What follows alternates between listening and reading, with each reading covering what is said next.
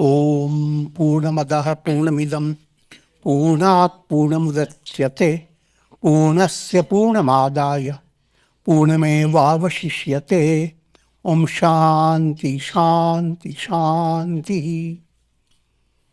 Om Brahmanandam Paramsukadam Kevalam Jnana Murtim Dvandvatitam Gagana Sadrisham Tattvamasyaadi Lakshyam Ekam Nityam Vimalamachalam Sarvadhi Sakshi Bhutam Bhavatitam Trigunarahitam Sadgurum Tam Namami. Om. Adorations to Sadguru, who is Brahman, the giver of supreme bliss, embodiment of pure consciousness, one without a second, vast as the ether, infinite, eternal, beyond the three gunas and their modifications, the supreme preceptor. Yoga Vasistha, Utpatti Prakarana, section 96. Sri Rama asked, O sage, please explain the implications of different names of the mind. Sage Vasistha had used many names: ego, Chitta, memory, Vasanas, Avidya, Prakriti, Sanskriti, and so many names he had used. And now those names are going to be explained. All experiences in the world of time and space are mental projections, just like all that you experience these days with your iPad.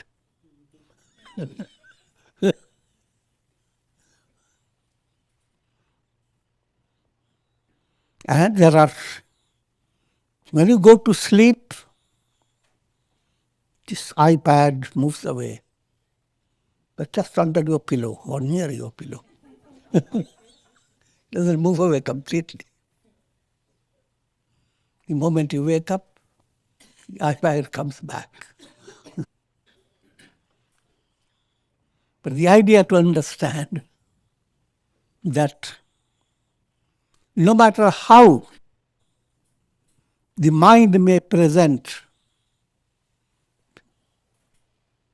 a picture of misery, turmoil, adversity after adversity, expansion beyond your imagination, height beyond any limit, depth beyond any limit, history without any limit. All that your mind presents seems like a very big world, very vast. And yet, it's all the iPad business.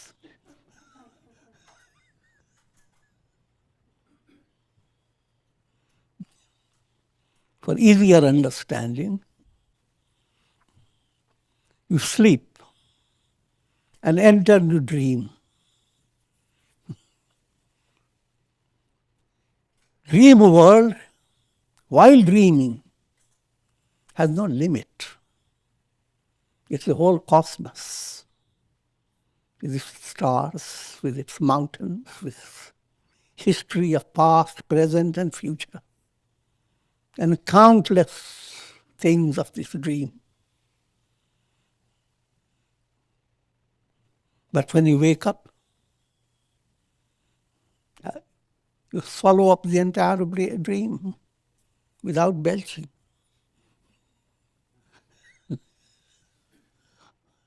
Dream doesn't exist. It was just an iPad creating all the illusions. That's the profounder reality that your mind has to work upon. How to?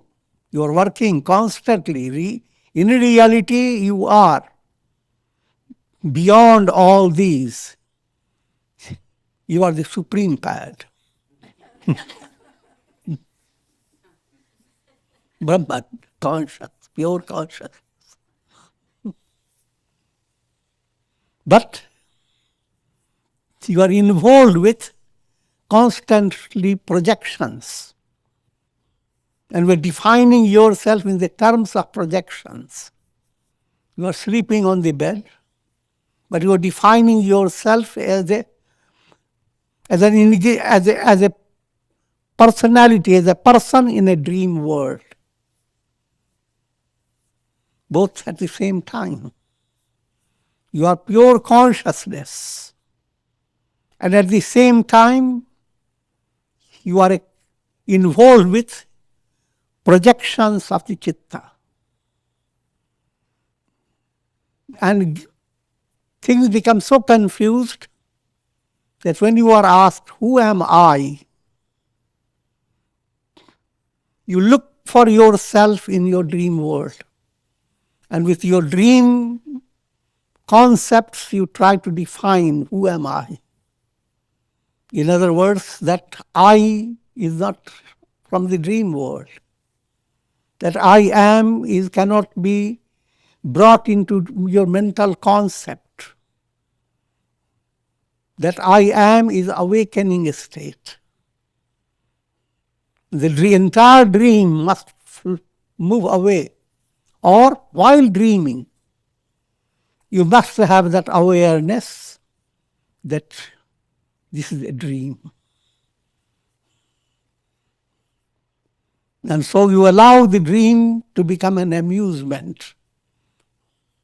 In your dream, you see yourself climbing at steps. And you see yourself suddenly missing a step and falling down.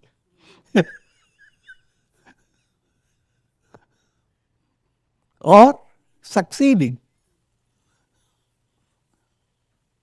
But no matter how things operate in your dream, once you have gotten that type of understanding, the dream experience and becomes a leela, a sport.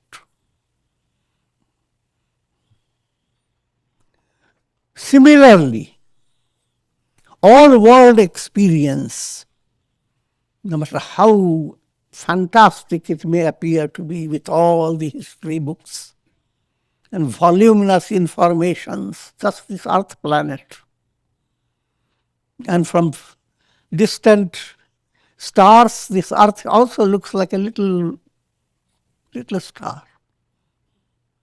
Hardly doesn't know how to twinkle.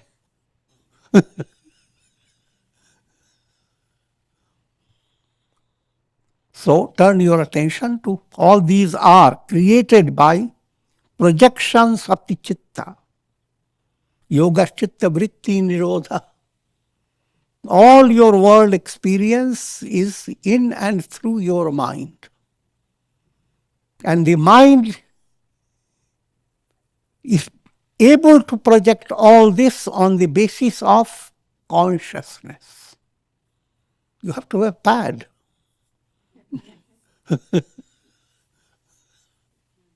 And not a single projection can exist without the support of the consciousness. So all that you are experiencing, behind that reality is Brahman. Brahmayam Jagat. The entire world is nothing but Brahman, the Absolute. But this information comes in your intellect, and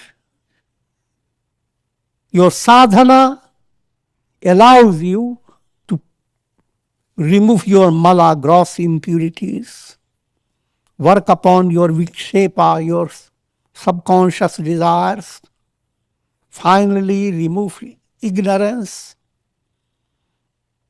The sadhana allows you to develop that intuitional vision, which as if the soul that has been sleeping wakes up, throws away all illusions.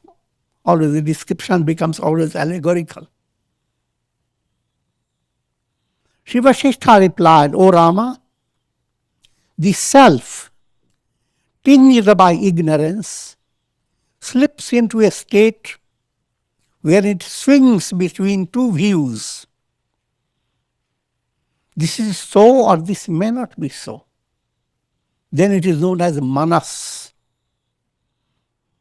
The role of mind does sankalpa vikalpa. Mind handles something, but it is not secure. It has slippery hands. One hand hold it, and it brings a concept. This is how it is. But suddenly slips from one hand to the other hand. And that brings another type of angle. No, the way I thought about it is not like that. It's positive, it is negative. Because duvidha, the mind handles things with always two-aspected. Well, who helps the mind is intellect, operating behind the mind that gives a judgment. This is evaluation. This is right. So mind and intellect has to be in tune to bring about the evaluation of things. And that again is not completely correct. Your intellect is dominated by your ego. So intellect is not experiencing things clearly. And behind intellect and ego, subtle desires, vasanas, have colored the channel through which you want to experience. All these subtle things have to be understood. So first stage, understand the mind that creates sankalpas. Sankalpas are not decisive experiences, but mental concepts. Sankalpas go along with vikalpa. To give you more elaborate understanding, you develop a sense of boredom in your daily life. Now you develop the idea of sankalpa comes. Let me go for a trip.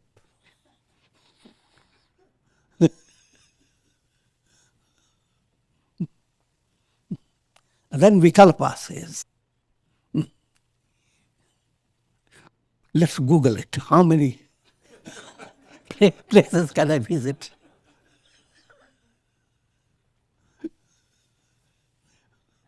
The sankalpa and vikalpa go on working until you come to a decision by your ego, rather by your intellect. And intellect and ego are together. And that goes on. But if you are doing sadhana, all the sankalpa, vikalpa lead you to a positive track. The operation of sankalpa, vikalpa is not defective. It's a natural, just like a tree must shake in order to be healthy. Your mind must have sankalpa, vikalpa. Otherwise you become narrow-minded. You are gripped by one idea and don't want to change it. But sankalpa, vikalpa keep your neck relaxed.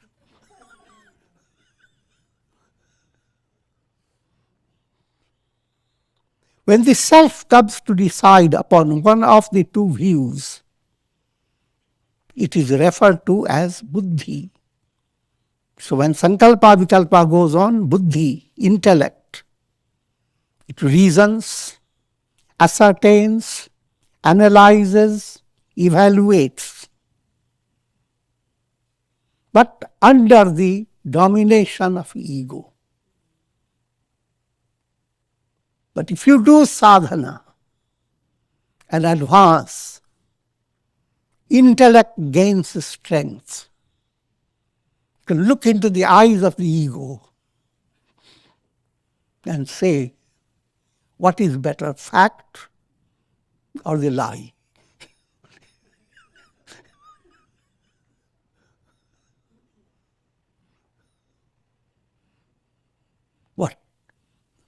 What is revealed by intellect, that is the fact. What ego wants to believe, that's a lie. Unless ego is in perfect tune with your intellect. So those subtle points are being brought out in the scripture. This is Vedantic psychology. When the self develops identification with the limited body, it assumes the form of Ahamkara, egoism, which expresses in this manner, I am this body, I am this mortal individual. Ego is a result of non-discrimination in your deeper level of your understanding. You are facing a mixture of self and not self. You are mixed up. You don't know whom you love, yourself or your ideas. And you find a difference. You forget about yourself and roam along with mental sankalpas and vikalpas. But the truth remains, you love the self. Your own existence is the first priority. And then everything else has its value. But your own existence now, if you focus, what is me? Now we come to understand there has been a mix-up. As long as the mind is not perfectly clear, your me has been mixed up. The screen has become mixed up with projection. So each time we look at the screen, we're looking at a big pig. Joke.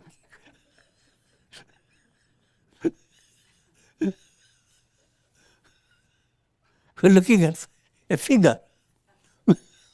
But behind the figure, it is the screen that is the reality. So, each time you look within yourself, who is me? What you see is your imaginary ego. If you go through further profound movement to understand, that ego is nothing but the screen. The I am, your shifty ego, shifty I am, is sustained by absolute I am.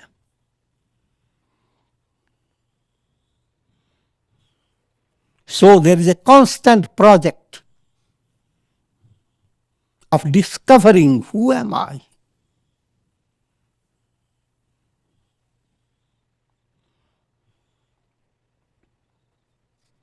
Remember that.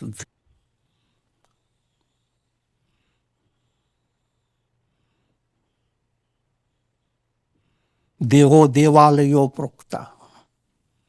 And the Ishvara, Deva, within you, Jiva Devo Sadashiva. This soul, what you call I am, in a limited way, through a limited mind, that I am is Sadashiva. Tyajed adyan nirmalyam. What is needed now, live to wipe off ignorance and its related effects. The more you do, the more you discover Soham. Soham means I am that. This egoism is the root cause of all evil. Because egoism doesn't allow you to come to that realization. Soham. It is Soham that has been veiled by lot of muck, karkat. Just like you have a golden plate has been given to you, but it is full of muck all over. So look at it, throw the whole thing away. So bad. Look at your life, it seems empty. But have patience. Take the plate and start removing those muck. And the more you remove, the more you realize profounder value coming up until you are with pure gold. So it's a wiping process. When the self wanders like a child among the memories of the objects, drifting from one object to another, it is called chitta. Here chitta is used in the terms of subconscious. When you are relaxed, subconscious takes over your mind. And you simply see your mind just wandering. Mind becomes a little nitwit. Kid. It just goes on wandering. In this state, there develops dullness. When the self is associated with bhava pratyaya, again I'm giving that subtle point, experiences arising out of your thought waves, all those experiences are called bhava pratyaya. Projections are pratyaya. Bhav, presence of projections. So behind all your experiences, bhava pratyaya is the basis. It is bhava pratyaya bringing out all experiences. Just like a drama show, a cinema show, goes on bringing out all those stories as long as projection is going on. But once projection movement stops, then what is there? There is nothing but the screen. So presence of projection, that's bhava pratyaya, cinema show goes on. Absence of projection, that's called pratyaya bhav. Bhav pratyaya, presence of perceptions, and perceptions become absent. So all your experiences are in the realm of bhava pratyaya, led by ignorance. The self forgets itself. Who am I? The real I am moves away from. It is always operating, but you don't see it. Put yourself near a mirror and you find some little trouble in your face and you become so miserable and you go on looking at the mirror. But all the while, mirror has nothing to do with it.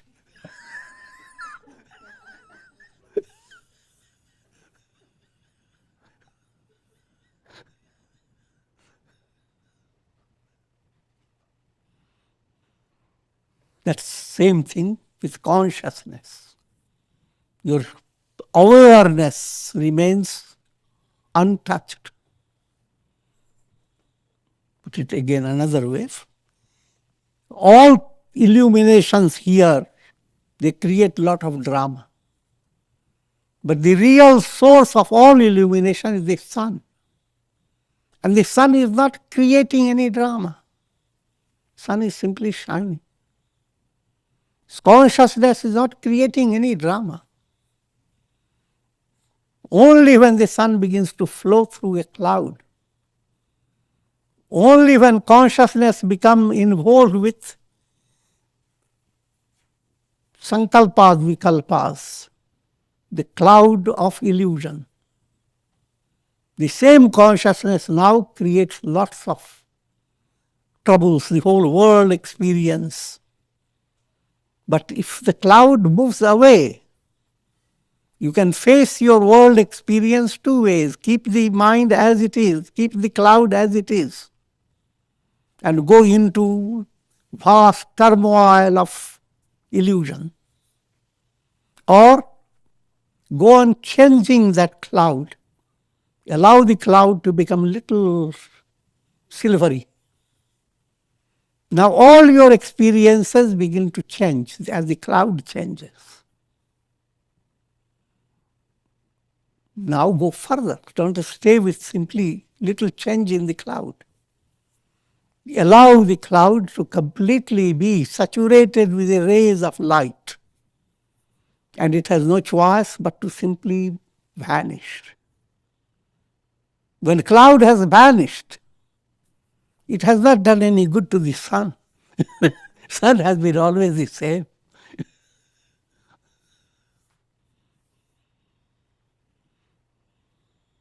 So that's the way. Your real self is always the same. I am that am I.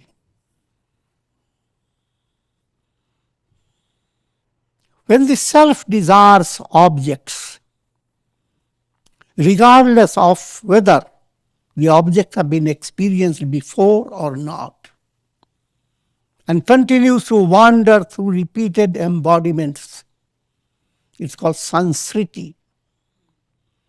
Different terms are used and they are Sage Vastaji introducing to you. The world process called bhavavyadhi. The world process called sansriti. Sansriti, the deeper meaning behind it, the deviation in vision. Vision has become refracted vision. And how does it look like? In experiences that made you extremely frustrated. But you don't learn any lesson about it. Go back to the same. Same things you experience in one life, and even while within this life, things that you vomited, later you taste it.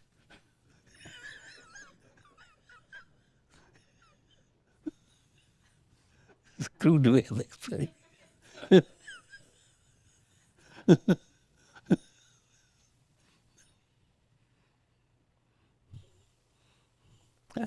And similar things continue from one life to another without learning lesson.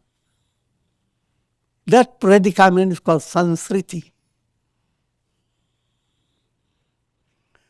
When the self is associated with subtle desires, wherein the conscious desires and their objects have subsided.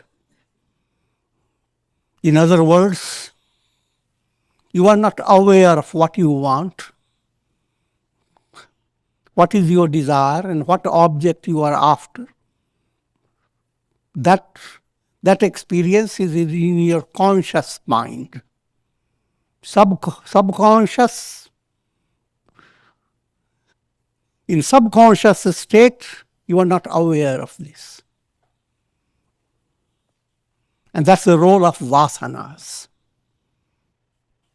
In other words, you come to realize you have a problem. Ask yourself, but what is the problem? You don't know it. Others ask of you, what is your problem? You don't know it.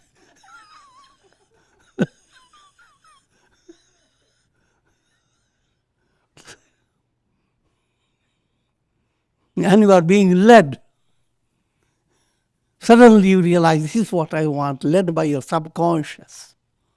Vasanas. Vasanas now begin to bring situations that can be comfortable to you depending upon what type of vasana. If vasana is for food, then sight of food will make you relax.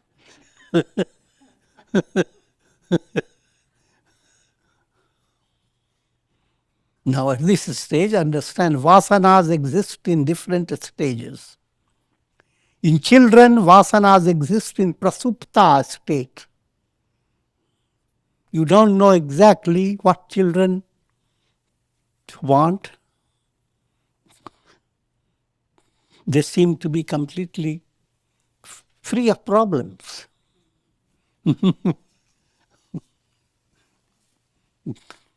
They may cry, but they don't worry. They have quick solution. For every problem, mother is the one. Slap, but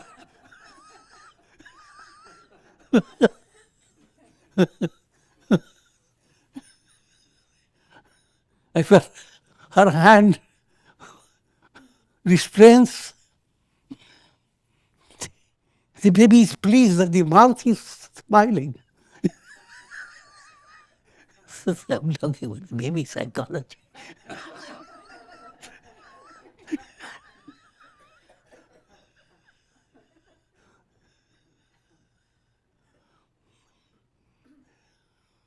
That's called prasupta state. If prasupta state became in a positive direction, prasupta is like -4, positive +4. If the world became so illusory that you are as if in a state of sleep. And little aware that some mosquitoes are buzzing around your nose. And sometimes you are not aware. So many things happen. That's prasupta state of vasana. Next state, if you go through certain disciplines in the ashrams or by doing some sadhana, especially a very controlled type of life, vasanas come into a state of called attenuated. Here again, first let me make you understand.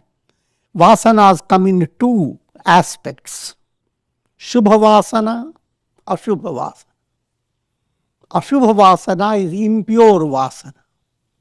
It is impure vasana that is your trouble. That's the maker of trouble. And all the study of different stages are for the impure vasana. And the ingredients that go to form impure vasana, they are kleshas. Ignorance, egoism, attachment, hatred, fear of death. These have become the basis of your subconscious impressions. And all these are as if asleep in a child, as if not affected by it. But it is not a secure state. As the child begins to grow, all this begin to develop. So that's not cure. Suppressing them to that state, that's not the cure of the problem. Dagdha-Bīja-Avasthā, if you go through the ashram and live a lifestyle life very well controlled and well guided, there comes a stage you begin to discover there's so many stressful things that used to bother you, they don't bother you at all. And surprising.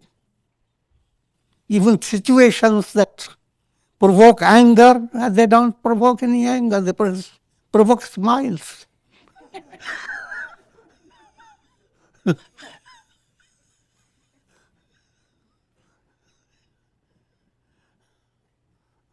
Now there comes another illusion.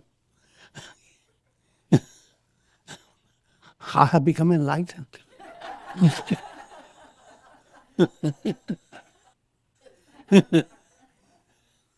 And you find such a relaxation in your spine. Kundalini has risen.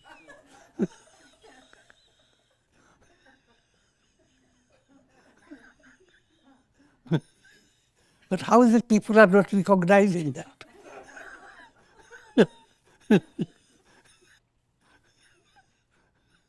It should go virus. Viral. Not virus.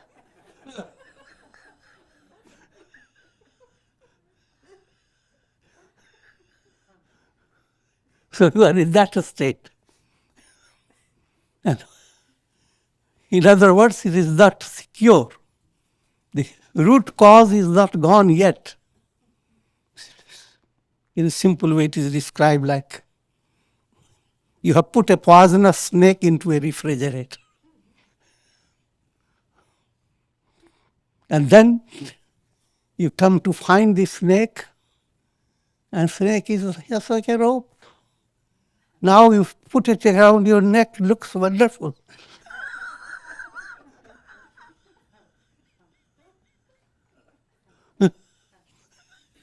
And then you become a little compassionate for the snake, bring a little milk to it. And then the snake also becomes little playful and bites.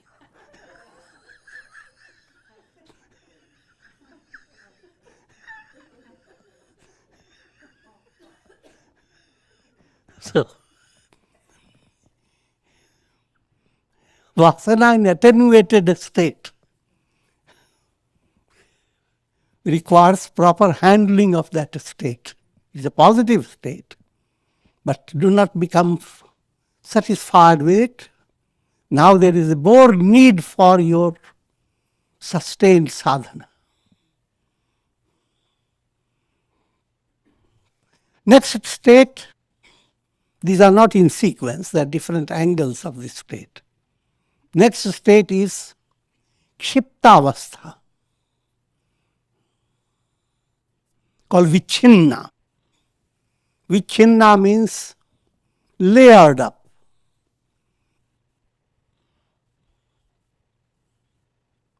You have many negative ideas and attitudes, even towards a person with whom you are talking, but you put them under blanket.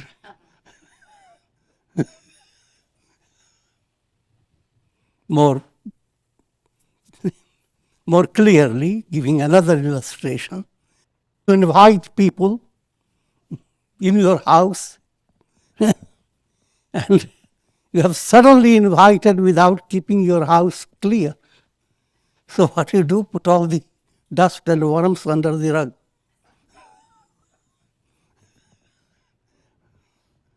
And they come and they say, oh, what a wonderful, things were excellent. It looks excellent, but it is not so.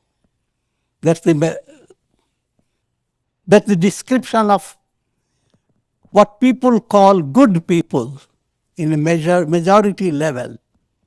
Good people. They know how to be gracious. They know how to handle various civilized manners. But under provocation, they also know how to be foxy and treacherous. So that's called vichinna, layered up, good and bad. And then next one is called udar, generous.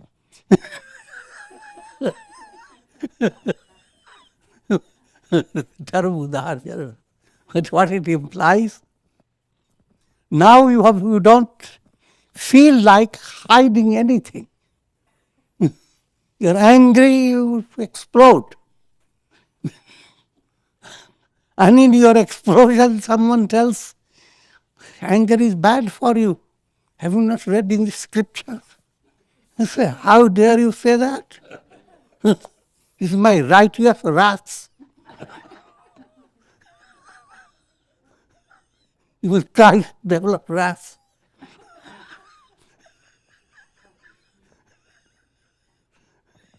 Anymore, you are going to be knocked off. That's the udar. To understand your vasana in different aspects. Now, what's the goal behind it? Dagdha-Bīja-Avasthā. When you are develop the subtle, intuitive knowledge, who am I? Once that knowledge has become revealed, you are not working with the desires for the world. The entire world experience becomes little. Once you know, in a wonderful dream, suddenly you know it is a dream. Now the entire dream has no meaning for you. Similarly, when knowledge, viveka buddhi dawns, the entire world has no meaning for you. Implying at a deeper level, you don't want to stay stuck to the world. Day by day you are working to attain liberation. That becomes your deeper involvement. And if you progress, you do attain that state where all your vasanas, the negative vasanas, they become roasted. They are there, but they will not create new births. They will not create new karmas. But you can, just like popcorns, they can't be sown into the earth. But as long as you're watching the drama, you go on eating them.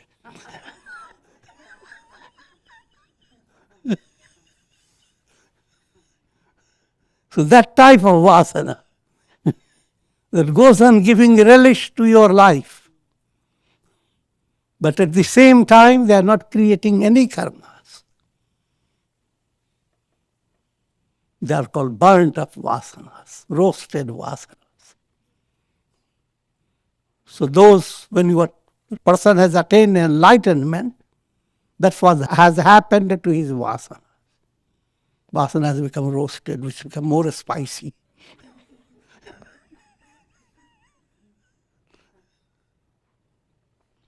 It is the self that has become the world process through ignorance, avidya. When it regains the awareness of itself as different from the world process, that understanding that lets you understand that you are not the ego me, you are the egoless self. You are not the ego pad. You are the Paramatma pad.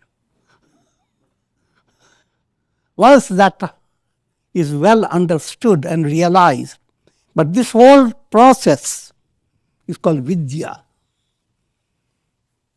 Ignorance takes you away from the screen, drowns you in the projections. Vidya takes you away from projections and reveals the screen behind all that. It's two different processes. When the self creates obstacles to the revelation of its own essential nature, it's called mala. Cure mala by your malas. Repeat japa. Cure mala of yogi. Malas are gross impurities. And even those impurities, what's their root? What's the screen behind those impurities? Same Brahman. All the negative things that come in your mind, they are mental energy. Mental energy, in reality, is the absolute energy source from Brahman. For simple understanding, I always give you the idea of short-circuited energy. Same electrical source that has given all the conveniences becomes the cause of short-circuited energy, giving lots of troubles, can be extremely dangerous. But all short-circuited energy needs to be corrected. In divine plan, short-circuited energy is carried on by demoniac forces. They are called demons behind. Impurities, demons and asuras. Short-circuited energy brings disharmony in your personality. Movement to harmony is called sura. Put in sur, put it in tune. Movement away from harmony is called asur. You are out of tune. Led by mala, gross impurities, one becomes completely oblivious of his divine source. Then that's called vismriti, lack of memory. And this vismriti brings about vikshepa, mental distractions, because you are not settled. Who am I? Now, therefore, you are led by many illusions of your mind. You are dealing with ego, but you don't know where it lives, what it is.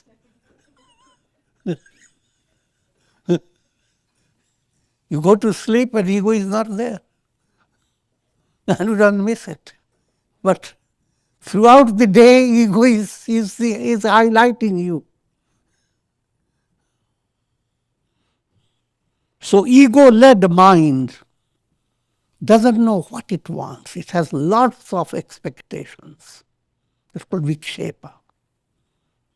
And vikshepa has been caused by vismriti, because you are not aware of who you are. When identified with the mind, the self assumes the role of limitation and tries to delight the soul with the function of the senses. That state of the soul is called jiva. The ja term relates to punarjanma, janma mrityu bandhan, the bondage of cycle of birth and death. The soul that is gripped by the disease of cycle of birth and death, that soul is named jiva. Ja is in troubles.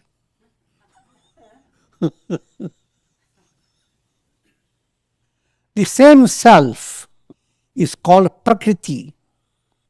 As I have explained to you, the magical power. Self is Brahman.